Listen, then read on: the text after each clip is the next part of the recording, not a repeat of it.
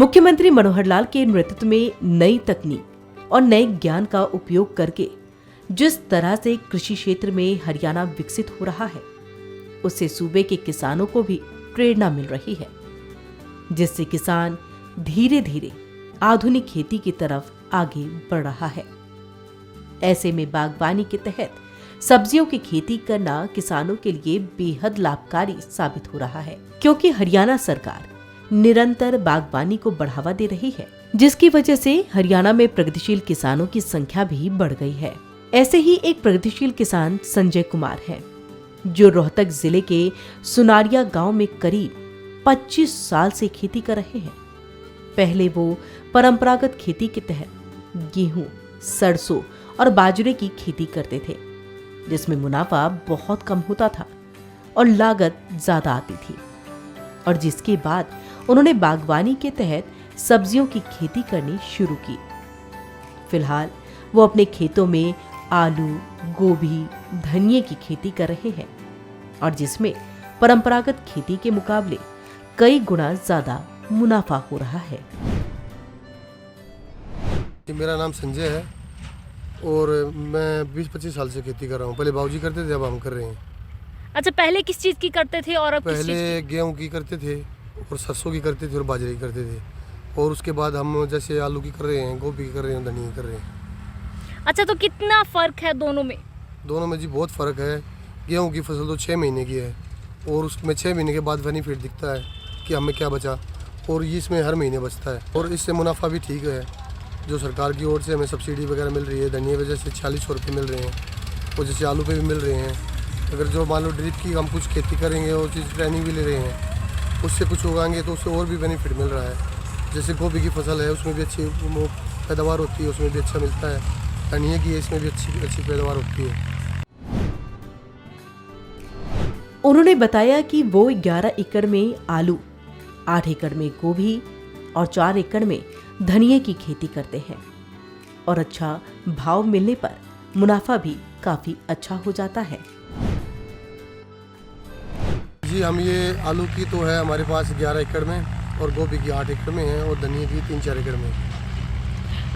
कुल अगर मिलाकर बात करें, 1 एकड़ में अगर आप धनिया बो रहे हैं तो कितनी लागत है और कितना मुनाफा मिलता है? जैसे जी मुनाफा तो जी उसके ऊपर बात है, भाव क्या रहता है पहली बात तो, और दूसरी बात है जी जैसे 3-4 एकड़ में लगा रखा है, इससे जैसे काम भी चल जाता है, और जैसे और मजदूर लोग हैं जो हमारे साथ में जुड़े हुए जो लगे होते हैं जो हमारे साथ हैं, उनका भी काम चल जाता है, और मुनाफा है जी। जैसे भाव के ऊपर बात है, अगर भाव बढ़ जाए तो मुनाफा ही मुनाफा है। लेकिन जो सरकार हमें बीजेपी सरकार, भाजपा सरकार है, ये जो सब्सिडी दे रही है हमें, जो जैसे घाटा होता है तो जैसे सब्सिडी लेते हैं तो उनसे पूरा हो जाता है हमारा। मतलब जो लागत का पैसा है वो सब्सिडी से पूरा हो जाता है हमारा। प्रगतिशील किसान संजय कुमार बताते हैं कि बागवानी विभाग की ओर से समय समय पर ट्रेनिंग दी जाती है, जो बिल्कुल फ्री होती है, जिसमें खेती बाड़ी से जुड़ी सभी जानकारी दी जाती है। हाँ, सरकार हमें ट्रेनिंग भी देती है और आने जाने का खर्चा भी वही देती है। अच्छा, आपने ट्रेनिंग ली है? हाँ जी।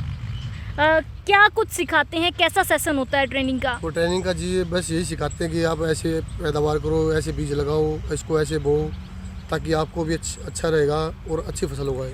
मतलब तकनीकों से अवगत कराया जाता है कि इस प्रकार से करोगे तो ज़्यादा पैदावार मिलेगी। हाँ जी, तकनीक से मतलब उगाएंगे तो पैदावार भी ज़्यादा होगी। ये तो जैसे हम अपने देसी उससे करते हैं, और दूसरी बात जैसे हम तकनीक से उगाएंगे ना तो फसल भी अच्छी होती है। अच्छा, धनिया कितने एकड़ में बताया आपने? धनिया 3-4 एकड़ में है। अच्छा, इसको लेकर क्या डॉक्टर्स आते हैं चेकिंग के लिए खेत में? हाँ जी, डॉक्टर भी आते हैं और खरपतवार भी डालते हैं जी हम। जैसे डॉक्टर आते हैं उसमें स्प्रे वगैरह भी बता के जाते हैं कि क्या क्या इसमें ट्रीटमेंट डालना है, आपको क्या करना है। समय समय पर हम डालते हैं और पैदावार भी अच्छी होती है। उन्होंने बताया कि वो अपने खेत में 8-9 परिवारों को रोजगार दे रहे हैं, जिससे उन परिवारों का पालन पोषण अच्छे से हो रहा है। संजय कुमार बताते हैं कि वो बिक्री के लिए अपनी फसल रोहतक मंडी में ही ले जाते हैं, जहां उन्हें अच्छी कीमत मिलती है। परिवार जी 8-9 परिवार को रोजगार मिलता है। मतलब अपने साथ साथ 8-9 परिवारों का पालन पोषण भी साथ साथ? हाँ जी, साथ साथ हो रहा है। अच्छा, इसकी बिक्री को लेकर बात करें तो इसकी बिक्री कहाँ करते हैं? बिक्री जी हमारी यहाँ रोहतक मंडी है, रोहतक मंडी में करते हैं। अच्छा, क्या बिक्री में कोई समस्या भी आती है? नहीं, बिक्री में कोई समस्या नहीं जी, सिर्फ भाव के ऊपर है। अगर भाव अच्छा मिल जाए तो बिक्री भी ठीक रहती है। प्रगतिशील किसान संजय कुमार ने कहा कि हरियाणा सरकार की कल्याणकारी योजनाओं और सब्सिडी के सहयोग से किसानों की आय दुगनी हो रही है। इसके साथ ही उन्होंने दूसरे किसान भाइयों को संदेश देते हुए कहा कि परंपरागत खेती को त्याग कर बागवानी के तहत सब्जियों की खेती करनी चाहिए और अच्छा मुनाफा कमाना चाहिए। जिस तरह से सरकार कह रही है कि हम किसानों की आय दोगुनी कर रहे हैं, तो क्या इस प्रकार से जो खेती कर रहे हैं इससे आय सही में दोगुनी हो रही है? जी, जैसे हम वहाँ जैसे वो हमने वो ट्रेनिंग करी और जैसे वो कि उससे आय भी दुगनी हो रही है और फसल भी अच्छी हो रही है हमारी। अच्छा, और किसानों को क्या कहोगे जो रूटीन की हम खेती जो रूटीन की जो फसल बोते हैं जी, हमको यही कहेंगे उनको भी कि जैसे गेहूँ बो रहे हैं, बाजरा बोते हैं, सरसों बोते हैं, जो उनको भी कहेंगे कि आप भी सब्जी लगाओ, आपको भी मुनाफा होगा और उससे जी जो गरीब परिवार हैं उनका भी काम चलेगा। वहीं रोहतक के जिला उद्यान अधिकारी डॉक्टर कमल सैनी ने बताया कि मसालों के लिए बागवानी विभाग की बहुत अच्छी योजना है, जिसके तहत धनिया और मेथी की खेती करना बहुत ही अच्छा विकल्प है, जिससे किसानों को काफी अच्छा मुनाफा होता है। नमस्कार जी, मैं जिला उद्यान अधिकारी रोहतक डॉक्टर कमल सैनी आज आपके बीच में बात रखना चाहूँगा। वह हमारे बागवानी विभाग में क्षेत्र विस्तार एक बहुत ही महत्वपूर्ण स्कीम है और इसमें मसालों की काश्त के ऊपर सामान्य मसाले, वैसे तो बहुत सारा एक रेंज है मसालों में, लेकिन सामान्य मसाले जैसे धनिया और मेथी एक बहुत अच्छा विकल्प है आज के दिन किसान भाइयों के लिए और इसके ऊपर विभाग की तरफ से बहुत अच्छी स्कीम है। उन्होंने कहा कि धनिया सर्दी की फसल है, जिसे दो तरह से पत्ते और मसाले के रूप में बेचा जाता है, जिसमें मुनाफा काफी अच्छा होता है। पर हमने देखा है सर्दी की फसल है, सर्दी में लगाते हैं, इसको हम वैसे पत्ते के रूप में भी प्रयोग करते हैं और दाने के रूप में ये एज ए मसाले के रूप में भी दोनों तरह से प्रयोग होता है। इसका दाना भी बना सकते हैं और पत्ते के रूप में मल्टी कट जैसे बाजार में इसको सेल करके मार्केट में अच्छा इससे मुनाफा कमा सकते हैं। जिला उद्यान अधिकारी डॉक्टर कमल सैनी ने बताया कि धनिये की फसल सिर्फ 2 महीने की होती है और इसकी बुआई के लिए प्रति एकड़ 800 से 1000 रुपए तक के बीज लगते हैं, जबकि धनिये की खेती पर बागवानी विभाग की ओर से 15,000 रुपए की सब्सिडी दी जाती है। सर्दी में लगती है, अमूमन 2-3 महीने की फसल है, बहुत शॉर्ट टाइम की फसल है। प्रति एकड़ 800 से 1000 रुपये तक का बीज किसान भाइयों का लगता है और इस मसाले के ऊपर यदि मसाले में सब्जी लगाते हैं तो बागवानी विभाग की तरफ से 15,000 रुपये प्रति एकड़ की स्कीम है और इस 15,000 में भी मैं आपको बताना चाहूँगा ये हमारे विभाग की तरफ से ये जो सब्सिडी 8,000 रुपये प्रति एकड़ है, ये 7,000 रुपये ये हरियाणा सरकार ने अलग से ऐड करे थे पिछले साल से, तो आज 15,000 रुपये प्रति एकड़ की मदद किसान भाइयों को बागवानी की तरफ से मसालों के ऊपर। उन्होंने बताया कि मसालों में धनिये की खेती करना अच्छा विकल्प है, जो दूसरी फसलों के मुकाबले काफी मुनाफे का सौदा है, जिससे आमदनी कई गुना बढ़ जाती है।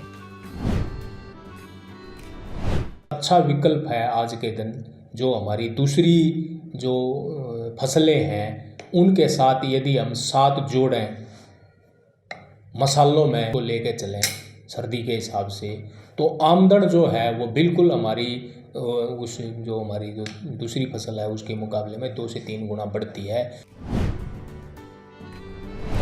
जिला उद्यान अधिकारी डॉक्टर कमल सैनी बताते हैं कि लोकल मंडियों में धनिये की बिक्री हो जाती है, जहां अच्छी कीमत मिल जाती है और मंडी में बिक्री को लेकर कोई परेशानी नहीं आती।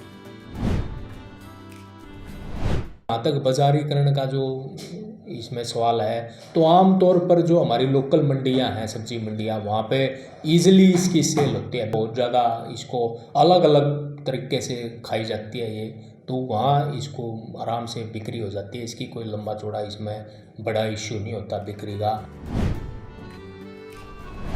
जिला उद्यान अधिकारी डॉक्टर कमल सैनी ने जानकारी देते हुए बताया कि HTI करनाल में पूरे साल फ्री ट्रेनिंग चलती रहती है, जो सोमवार से शुक्रवार तक चलती है, जिससे किसानों को काफी लाभ होता है।